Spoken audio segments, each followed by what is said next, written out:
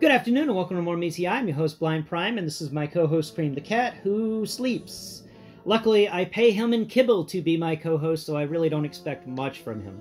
Except, to be an adorable cat who likes to sleep. Who's a napping guy. Who's a sleeping guy. You are. Yes. Who's a good guy. You're a good cat. Love you too. Okay, so today we're going to be talking about G.I. Joe Classified Series Copperhead. And we're going to be going over his textures, his sculpt work, articulation, and the accessories that he comes with. And I'm also going to compare him to 3 different figures. Two of which he shows up with in the comics, Croc-master and Scrap Iron. And the third of which, the Cobra Bat, is just one I like to compare sizes to give you, my viewers and listeners, an understanding of the size of the figure. The Cobra Bat is one of the easier G.I. Joe classified figures to get a hold of because they did multiple re-releases of the Cobra Bat. I wish they had done that with the Cobra Infantry. At least we're getting something with the retro infantry, but it's not the same. So I'm a little annoyed by that, and here's hoping that when we get the Cobra Infantry, they don't have rubber weapons. I will be very upset if Cobra Infantry comes with rubber weapons, the retro ones from the card back. Because I'm going to be buying a couple of them. I do like them. And I'm still trying to find mole rats. If anybody has any mole rats they're willing to get off their hands, let me know. Because I need mole rats. I want 2 mole rats to go with my his tank. I just need 2. I've got a Techno Viper, and I need him to have 2 assistants who are mole rats. Let me know in the comments below if you could help me get a hold of a mole rat, because wow, I did not expect that one to be so hard to find, but then again, I was expecting the Walmart exclusive line to actually be available at Walmart stores.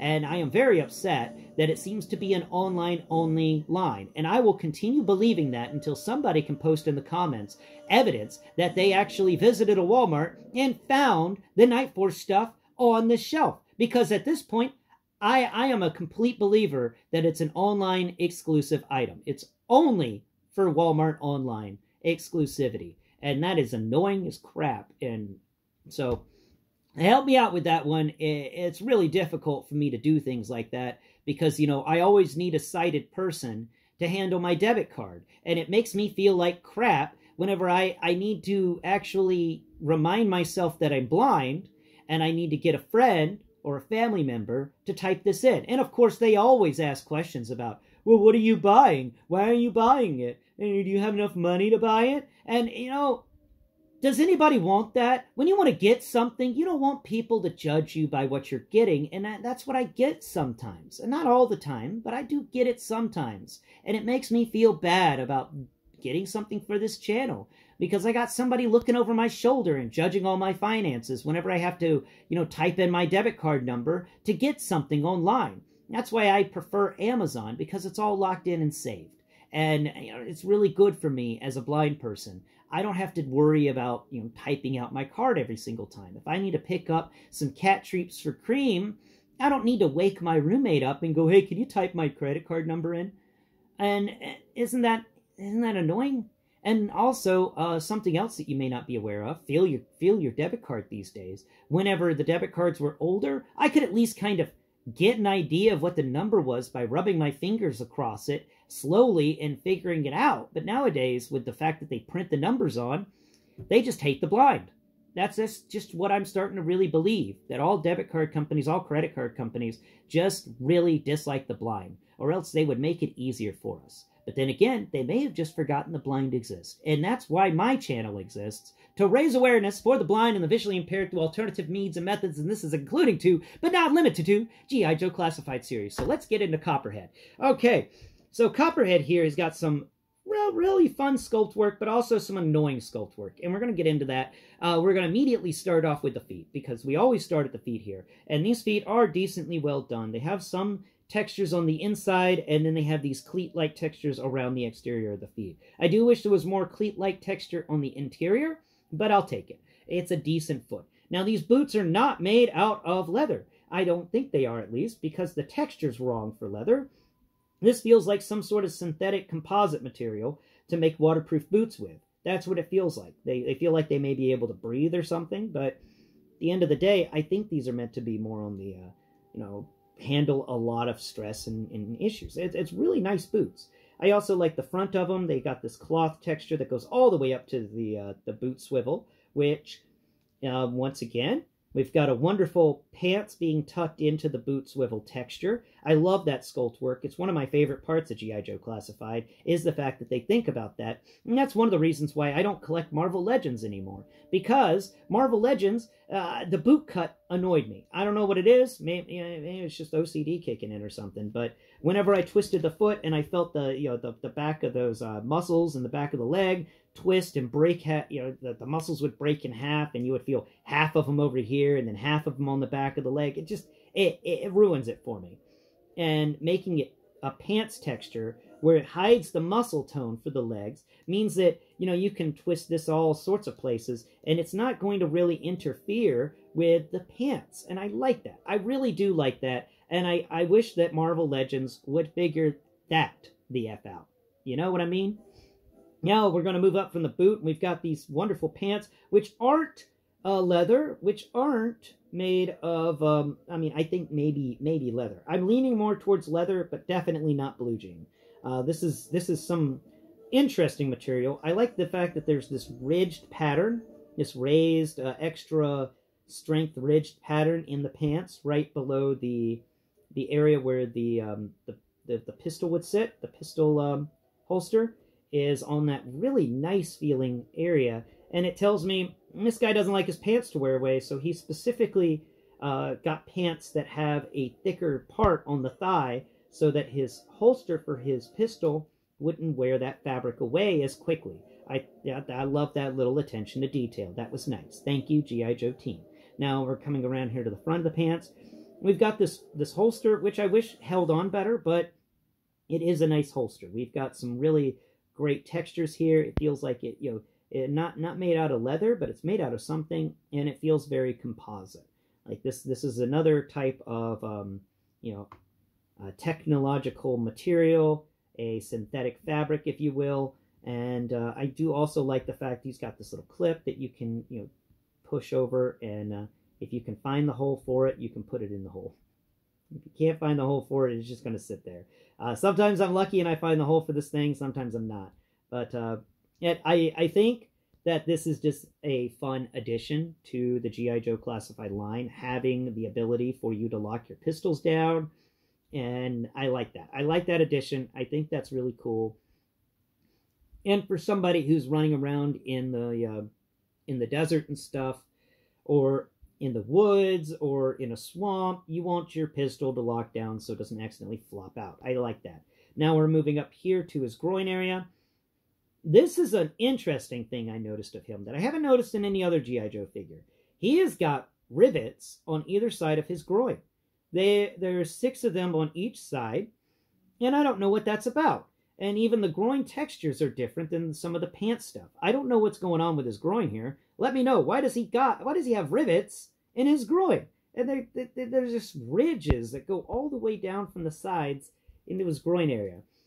And then turning him around to the back, we've got something that's going to take some points off. And it took some points off for Croc-master here, because Croc-master also has... Croc-master, I touched you. I didn't mean for you to start falling, you stupid figure. Oh my god, Croc-master.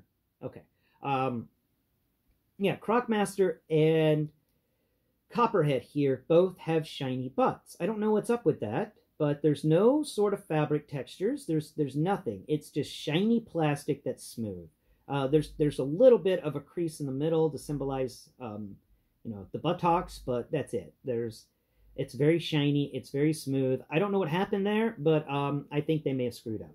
Either that, or that's something that I'm not understanding, because it was with Croc-master, but it's not with Scrap Iron, and it's not with the Bat. And we'll go over that when we go into size comparisons. Now we're going to be moving on. Let's go ahead and take his holster off his back. We'll talk about the holster in a second. So coming up his back, we've got this this harness style thing that he's wearing, which is a harness that comes around to the front of him. And you would think it's where his pistol would go, but no, it's just where he keeps extra ammunition for his pistol, I'm assuming, because of the shape of that pocket. But on his back, we've got some really amazing, not amazing, but really decent back sculpture for muscle tone and stuff. I am about I don't know, 90% sure he's wearing a shirt because of the fact that there's this texture of the edge of a shirt right there around his neck. But it's a very wide neck shirt, and I think it may actually be a tank top, but I'm not 100% sure. And because we don't really get much texture here on the, actually, but right there, I don't know.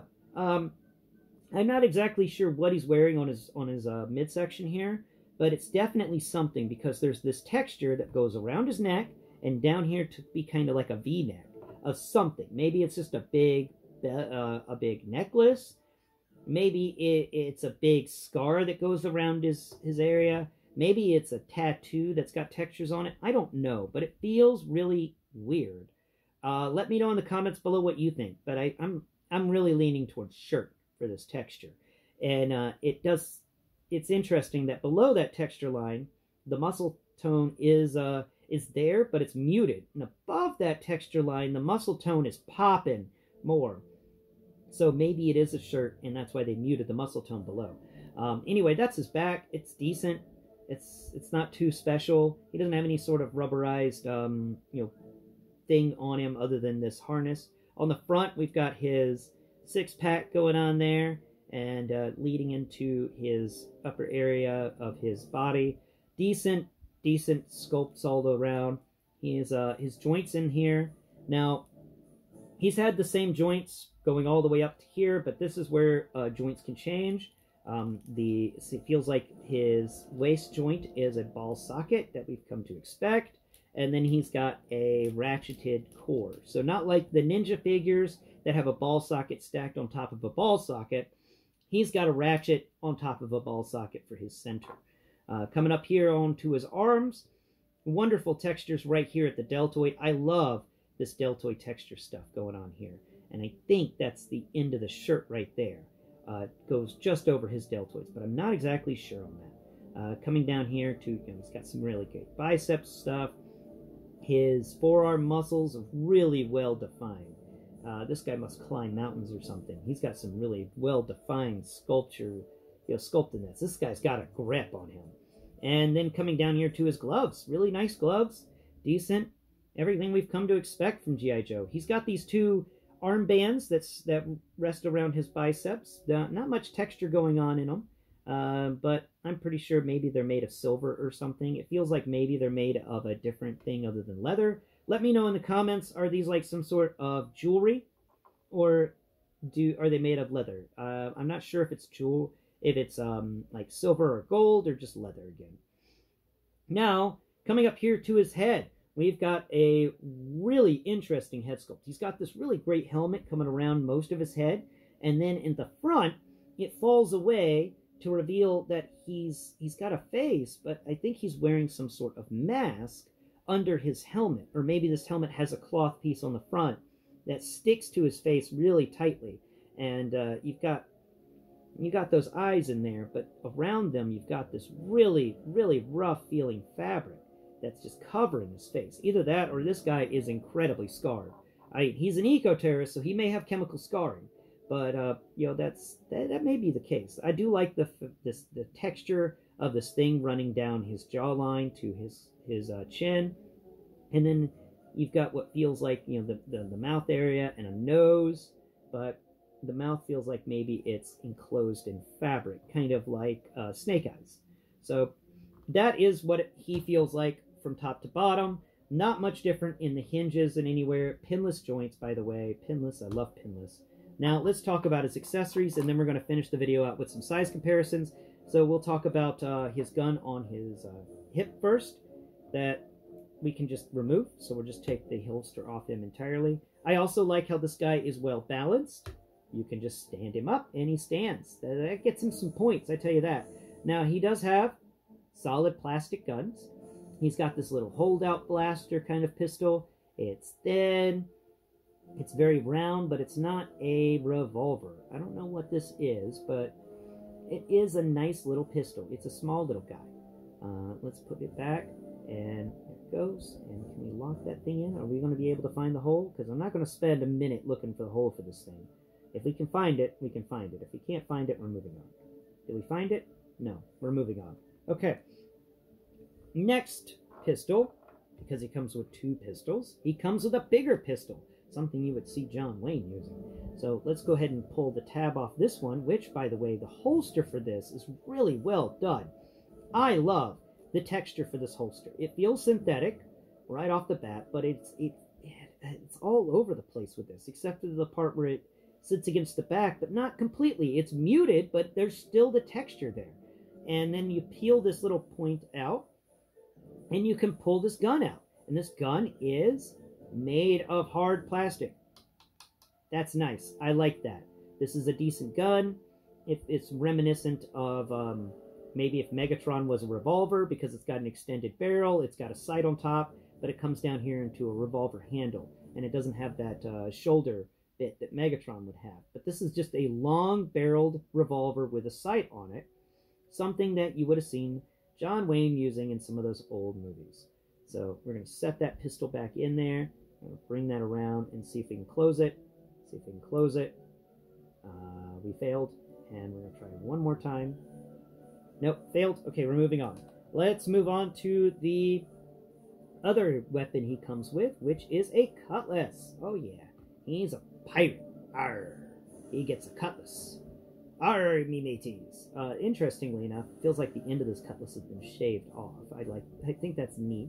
The cutlass has got a nice little range to it, and it just, like I said, feels like it's more of a scimitar than a cutlass. It comes down and curves up, but then somebody cut the end off it.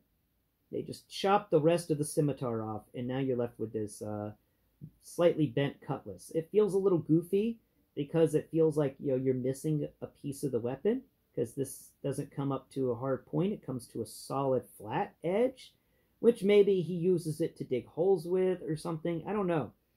But this definitely, it's more of a machete feeling thing than a cutlass, but it's just this arc in the blade, this arch in the blade screams cutlass to me and less machete.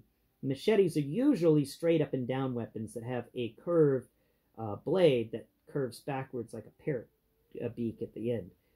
But hard plastic again for that. Now, that's his accessories he comes with, so let's go over his size comparisons. We're going to bring out Croc-master, which shows up with him in the comic book sometimes. Now, he and Croc-master are very similar in height. Let's make sure Croc-master's drop-down joints aren't... Aye, Cream! Yes, yes. Don't bite my nose. Don't bite my nose. No, don't bite my nose. That's bad, Cream. Biting the nose hurts. Ah, Cream! Okay. Here we go. We've got a comparison of their shoulders. Croc-master's shoulders are a bit taller, but we put them back to back, and we get the fact that they're both about the same height, too. Croc-master's shoulders are taller because he's got more muscle mass. Croc-master is a beefier guy in compare... Really? You know that was where Croc-master... What did you knock over here? You knocked my bat over? You cat. Okay, so that's Croc-master. Let's set Croc-master down over here. We're going to lean him against Cream. There you go. Have a buddy. Okay. Now let's bring out the bat and compare the bat to Copperhead here. And the bat's shoulders are a bit taller than Copperhead's shoulders. And then put them face to face. And we've got that the bat and the Copperheads are about the same height, except the bat's... Cream! Aye. No biting the nose. What is up with you and biting noses, huh? So, the bat... Cream! Cream. You like the G.I. Joes too? Okay, so that's the bat. Let's bring out Scrap Iron and finish this video out because Cream seems to really want my attention right now. Scrap Iron is currently holding a beam saber from the EZ8 Gundam universe. I wanted to showcase that you could use the beam saber in a 1/12 scale figure's hand, and it looks really nice. And also, bonus fact, the beam from this beam saber has the same port in it that the end of the G.I. Joe guns have. So you can get yourself, you can get your Joes using some beam weapons like in the show if you wanted. If you had some of those Gundam Universe guys hanging around, oh, good God, Cream. That was a cat hair. Okay, so You can use a beam to replicate the beam weapons from the G.I. Joe series, but I think they're all pink. So let's finish this up. We'll put Copperhead and Scrap Iron here back to back. Copperhead is at the same height as Scrap Iron, but Scrap Iron's shoulders are a bit lower than Copperhead's shoulders. I think Copperhead's helmet gives him a little bit more edge on Scrap Iron. Yeah, actually, he's just a smidge taller in all regards from Scrap Iron here. His shoulders are a bit taller, his head's a bit taller, but I think they work well together. Him, Scrap Iron, and finally, where are you at? Nuts knocking things over. And finally, Croc-master. Because those three are kind of an eco-terrorism team, and Croc-master really sucks. At standing. Oh my god.